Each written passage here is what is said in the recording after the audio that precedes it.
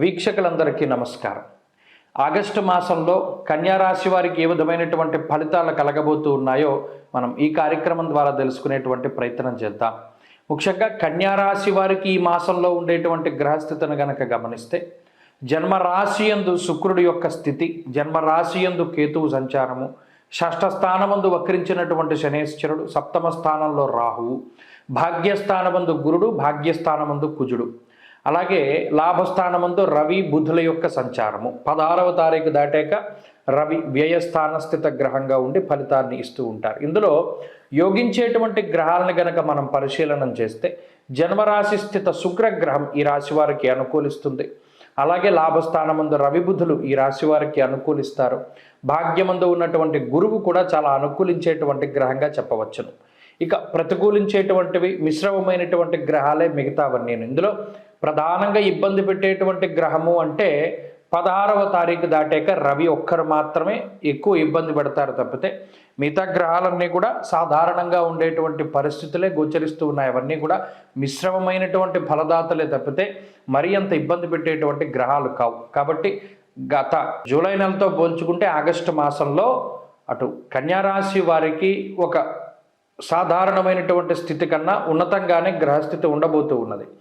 ప్రత్యేకించి ఈ ఉన్నతానికి కారణం ఏమిటి అంటే 16 వరకు యోగించేటువంటి రవి ఒక ఎత్తు అయితే జన్మరాశి యందు శుక్రుడు, అలాగే జన్మరాశిపై శుక్రుడిపై గురుని యొక్క దృష్టి, ఇవి చాలా విశేషమైనటువంటి ఫలితాలు. అంటే శుక్రుడు లక్ష్మీ స్వరూపం, అలాగే గురువు కూడా దేవగురువు అయినటువంటి బృహస్పతి పంచమ దృష్టితో శుక్రుడిని చూడడం కూడా అది లక్ష్మీ యోగాన్ని కలిగిస్తుంది. అంటే మరి కన్యారాశి వారికి ఈ ఆగస్టు నెల అనేటువంటిది లక్ష్మీప్రదంగా నడవబోతూ ఉన్నది.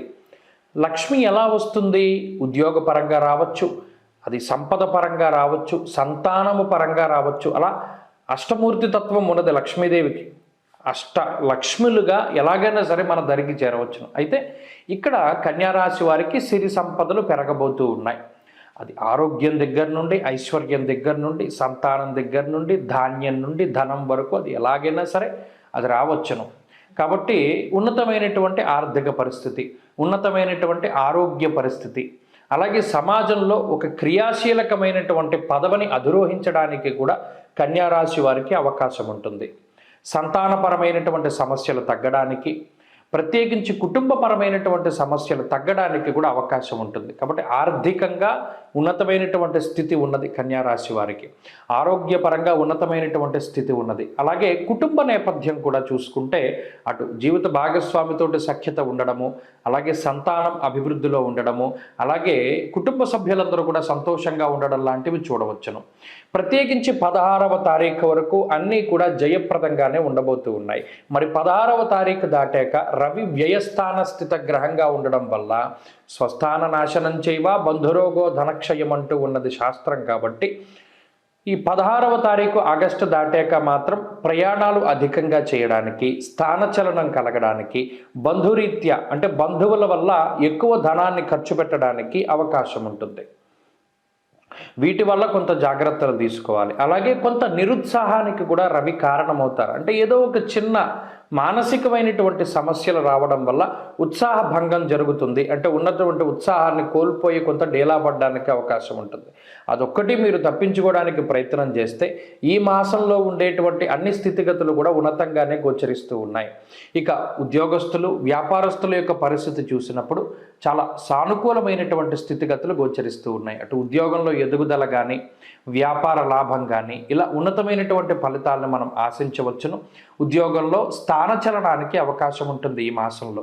అలాగే స్థిరమైన ఉద్యోగం లభించడానికి కూడా అవకాశం ఉంటుంది.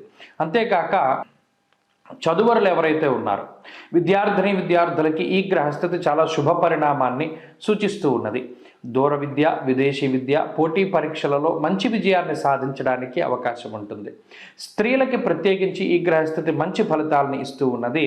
ఆర్థిక స్థిరత్వము, ఉద్యోగము, సంపద, ఆరోగ్యము, ఐశ్వర్యానికి ఈ గ్రహస్థితి కారణమవుతుంది. కాబట్టి అటు స్త్రీలందరికీ కూడా ఇది మంగళప్రదంగానే ఫలితాలను ఇవ్వబోతూ ఉన్నది. మొత్తం మీద కన్యారాశి వారికి ఆగస్టు మాసం మంచి ఫలితాలు వస్తాయి.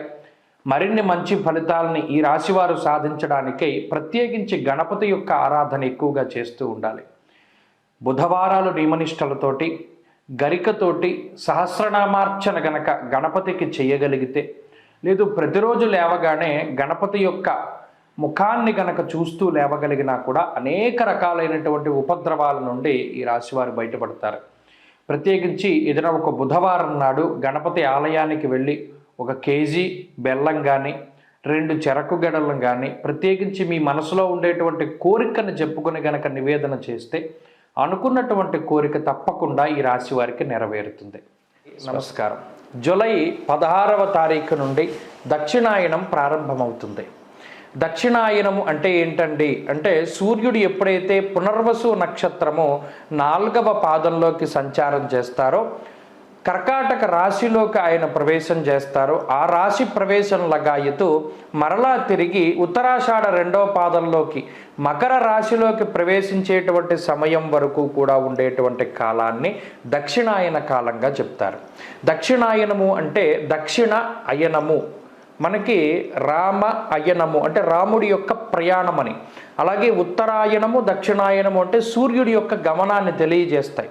మీరు గమనిస్తే ఇప్పుడు సూర్యుడి యొక్క ఇప్పుడు ప్రతిరోజు సూర్యుడు ఉదయించేటువంటి దిక్కును కనుక చూస్తే, అంటే మీరు ఇంటి దగ్గర ఉండి చక్కగా మీరు తూర్పు సింహద్వారం అయితే తూర్పు సింహద్వారం, లేదా ఏ సింహద్వారం అయినా తూర్పు వైపు ఉండేటువంటి ద్వారం దగ్గర నిలబడండి. ప్రతిరోజు ఉదయం సూర్యుడు ఏ దిక్కున ఉదయిస్తున్నాడో మీరు పరిశీలన చేయండి. ఈ దక్షిణాయనం ప్రారంభమయ్యే దగ్గర నుండి పూర్తయ్యేంత వరకు గనక మీరు పరిశీలన చేస్తే, తూర్పు ఇలా మీ ఎదురుగుండా ఉన్నట్టయితే సూర్యుడి యొక్క ఉదయించేటువంటి స్థితి మారుతూ ఉంటుంది. అంటే ఈ దక్షిణం వైపు ఆయన ప్రయాణం చేస్తాడు. భూమి యొక్క కదలిక ఆ మాదిరిగా ఉంటుంది. ఎప్పుడైతే మరలా ఉత్తరాయణం ప్రారంభమవుతుందో ఆయన మరలా ఉత్తరానికి వెళ్ళిపోతూ ఉంటాడు. ఈయన ఉత్సాహానికి కారకులు, ఆరోగ్యానికి కారకులు, అలాగే జీవితంలో మనం ఏది సాధించడానికైనా సరే రవిగ్రహం చాలా ముఖ్యం. గ్రహరాజు అయినటువంటి రవి ఆయన ప్రతికూలంగా ఉన్నప్పుడు ఆరోగ్యపరంగా కొన్ని చికాకుల్ని కలగజేస్తారు. అలాగే ఉత్సాహ భంగానికి కారణమవుతారు. అనగా ఎప్పుడైతే అనారోగ్య సమస్యలు వస్తాయో మనం అంత ఉత్సాహంగా ఉండలేం కదా, అలా ఉత్సాహానికి ఇబ్బంది వాటిల్లుతుంది. దానితో పాటుగా జీవితం అంతా కూడా కొంత ఇబ్బందికరంగా ముందుకు సాగుతుంది, అంత ఆశించినటువంటి స్థాయిలో ఉండదు అనేటువంటి విషయాన్ని మనం దృష్టిలో పెట్టుకోవాలి.